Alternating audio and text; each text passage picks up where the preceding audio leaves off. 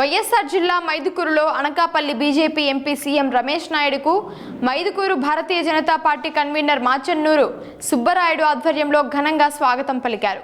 సార్వత్రిక ఎన్నికలలో బీజేపీ ఎంపీగా గెలుపొందిన తర్వాత మొట్టమొదటిసారి జిల్లాకు విచ్చేసిన సందర్భంగా మైదుకూరు బీజేపీ శ్రేణులు గజమాలతో బాణసంచా కాలుస్తూ ఘనంగా స్వాగతం పలికారు.